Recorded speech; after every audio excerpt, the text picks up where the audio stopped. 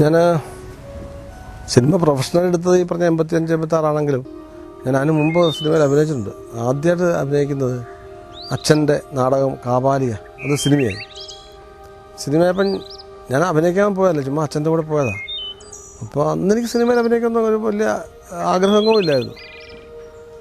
അപ്പോൾ അന്ന് അതിനകത്തൊരു ചെറിയ റോള്, ഒരു പാട്ടുണ്ട്, ഒരു ഇംഗ്ലീഷ് പാട്ട് പാടി ഡാൻസ് ചെയ്യണം, പിന്നെ വെച്ച് 2-3 സീനുണ്ട്.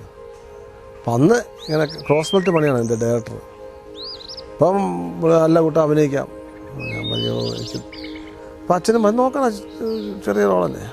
അപ്പോൾ എനിക്ക് അവിടെ നിന്നപ്പോൾ ഞാൻ നാടകത്തിൽ അതുവരെ അഭിനയിച്ച് ശീലിച്ചെന്ന് പറഞ്ഞാൽ ഒരു കഥ നമുക്കറിയാം, കഥാപാത്രം എന്താണെന്നറിയാം. നമ്മൾ നാടകം റിഹേഴ്സൽ ചെയ്താണ് പഠിക്കുന്നത്. ഒരു 10-25-30 ദിവസം റിഹേഴ്സലുണ്ട്. സിനിമ വന്നപ്പം ഒരു റിഹേഴ്സലും ഇല്ല. പെട്ടെന്ന് നമ്മളോട് പറയാം ആദ്യം കട്ട്, സ്റ്റാർട്ട് ക്യാമറ, ആക്ഷൻ എന്ന് പറഞ്ഞിട്ട് അഭിനയിക്കേണ്ട ഒരു, എനിക്കതിനോട് എത്ര തോന്നിയില്ല അന്നേരം. പിന്നെ അങ്ങ് അഭിനയിച്ചു. അതൊരു 75 എന്നോ അതാണ് ആദ്യമായിട്ട് അങ്ങനെ സിനിമയിൽ അഭിനയിക്കുന്നത്. അത് കഴിഞ്ഞ് പിന്നെ സിനിമയിൽ അഭിനയിക്കാൻ വലിയ ആഗ്രഹമില്ലായിരുന്നു. പിന്നീട് കുറേ വർഷങ്ങൾക്ക് ശേഷം 79 എൻ്റെ ഒരു സുഹൃത്ത്, ഒരു രവി ആലുംമൂടനാണ്, പുള്ളി ഒരു ആർട്ട് പടം എടുക്കാൻ വേണ്ടിയിട്ട് അങ്ങനെ എന്നെ വിളിച്ചു. അങ്ങനെ അഭിനയിക്കാൻ ഞാൻ പോയി. പക്ഷെ ആ പടം നടന്നില്ല.